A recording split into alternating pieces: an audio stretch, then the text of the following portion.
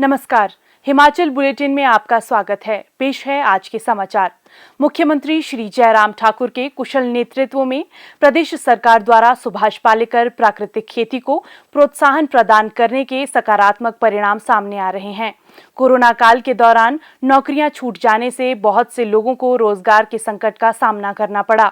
वहीं सुभाष पालेकर प्राकृतिक खेती को अपनाने वाले किसानों को न केवल जीवन में नई दिशा बल्कि कामयाबी भी प्राप्त हुई। जिला मंडी के जोगिंद्रनगर उपमंडल के अंतर्गत ग्राम पंचायत मतेहेड़ के गांव जोल के निवासी श्री राजेश कुमार ने सुभाष पालेकर प्राकृतिक खेती को न केवल आजीविका का साधन बनाया है बल्कि अच्छी आय भी अर्जित कर रहे हैं। श्री राजेश ने प्राकृतिक खेती से टमाटर का उत्पादन कर लगभग 50,000 रुपए की आय प्राप्त की। लगभग 2 बीघा जमीन में टमाटर की और फसल भी तैयार हो रही है, जिससे उन्हें आमदनी में और बढ़ोतरी होने की उम्मीद है। सिंचाई सुविधा के लिए उन्होंने ट्यूबवेल स्थापित किया है, जिस पर सरकार ने लगभग 1,10,000 रुपए का उपदान प्रदान किया है। मैं 2019 से लगभग सब्जियों की खेती कर रहा हूँ और पिछले साल मैंने एक पैकेट लगाया था अभिमन्यु किस्म एडवांटा का, तो उसमें मेरे को काफ़ी फ़ायदा हुआ, लगभग 20,000 के लगभग। उसी से प्रेरित होकर मैंने आत्मा प्रोजेक्ट के साथ जुड़े हैं हम 2 सालों से, तो उसमें काफ़ी इन्होंने मेरे को बताया आत्मा वालों ने, और इस बार मैंने 3 पैकेट लगाए हुए यहाँ पे एडवांटा के अभिमन्यु के। मेरे को बहुत अच्छा रिज़ल्ट मिल रहा है। अभी तक मैंने लगभग 3 बीघे में लगा मेरा, 1 बीघे में मैंने 2 स्टेप्स में लगाया था। 1 बीघे से मैंने लगभग 50,000 के लगभग मैं अभी कमा चुका हूँ। ये जो टमाटर हैं ये पूरी तरह से प्राकृतिक हैं। हमने सुभाष पालेकर जी की जो पद्धति है उसको अपनाया है।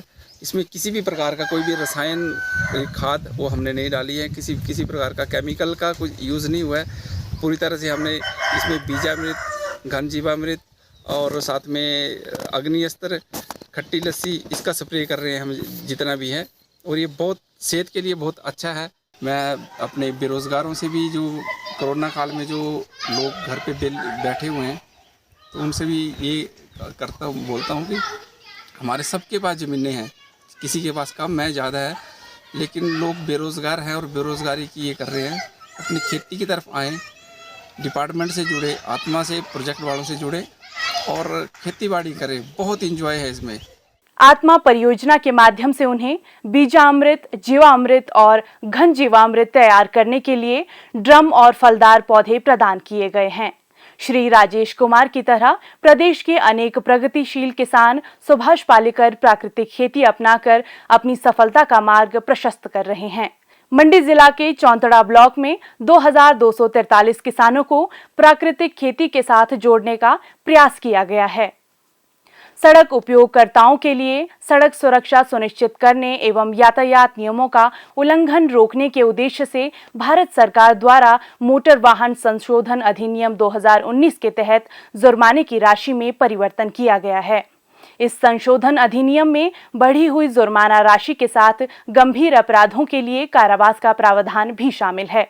मोटर वाहन संशोधन अधिनियम 2019 के प्रावधान की अनुपालना में राज्य सरकार द्वारा संशोधित जुर्माने की राशि के निर्धारण को प्रदेश मंत्रिमंडल ने पहले ही स्वीकृति प्रदान कर दी है और इसे आवश्यक औपचारिकताओं को पूर्ण कर शीघ्र ही अधिसूचित किया जा रहा है, जो पूरे प्रदेश में प्रभावी हो जाएंगे। सभी को सड़क पर सुरक्षा एवं यातायात नियमों का गंभीरता से पालन कर सरकार के सुरक्षा संबंधी प्रयासों में पूर्ण सहयोग करना चाहिए, ताकि नियमों के उल्लंघना से होने वाली क्षति पर अंकुश लग सके और ट्रैफिक नियमों की अनुपालना न करने पर होने वाली जुर्माने की राशि से भी असुविधा न हो।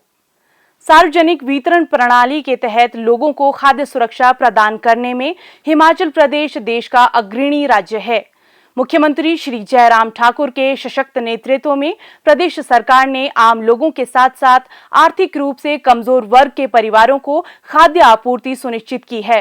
प्रदेशवासियों को सस्ती दरों पर खाद्यान्न प्रदान करने में राज्य सरकार ने पिछले 3 वर्षों में 636 करोड़ रुपए व्यय किए हैं। पेश है एक रिपोर्ट।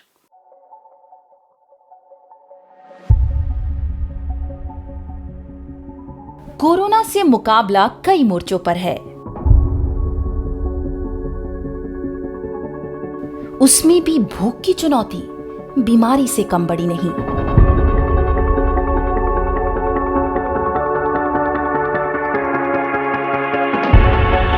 मुसीबत चाहे जो रही हो, लेकिन मुख्यमंत्री जयराम ठाकुर ने जरूरतमंदों को अनाज की कमी नहीं होने दी। हिमाचल प्रदेश सार्वजनिक वितरण प्रणाली के जरिए खाद्य सुरक्षा मुहैया कराने वाला देश का अग्रणी राज्य बन चुका है।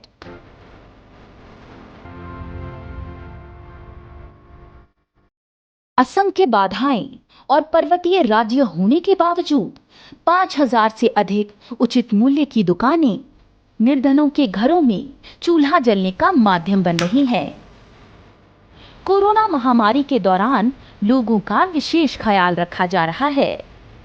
राष्ट्रीय खाद्य सुरक्षा अधिनियम के तहत सरकार ने मई व जून 2021 में ही योजना के लाभार्थियों को 26,000 मीट्रिक टन से अधिक निशुल्क राशन बांटा।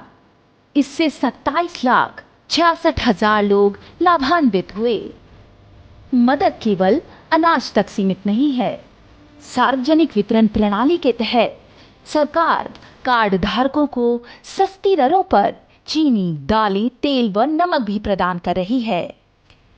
यानी चाहे जो चुनौती हो, लेकिन पूरा पोषण।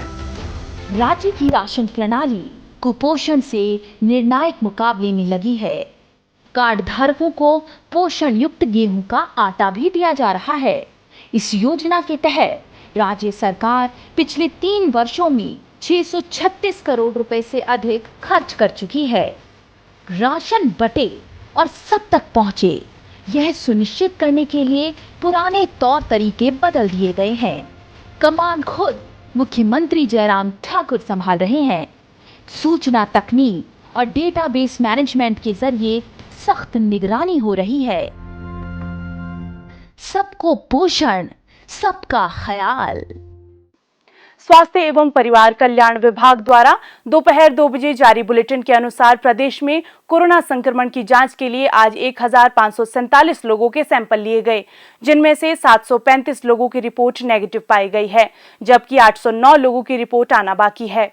अभी तक 26,64,607 लोगों की जांच की जा चुकी है, जिनमें से 24,59,458 सैंपल की जांच नेगेटिव पाई गई है। प्रदेश में कुल 2,04,340 लोगों में कोरोना वायरस की संक्रमण की पुष्टि हुई है, जिनमें से 1,99,866 लोग इस बीमारी से ठीक हो चुके हैं और 964 व्यक्ति उपचाराधीन हैं। हिमाचल बुलेटिन देखने के लिए सब्सक्राइब करें YouTube channel DPR Himachal, follow करें ट्विटर @DPRHP, लाइक करें Facebook page information and public relations department Himachal Pradesh, visit करें वेबसाइट www.himachalpr.gov.in। इस अंक में इतना ही। कल फिर होगी मुलाकात। दीजिए इजाजत। नमस्कार।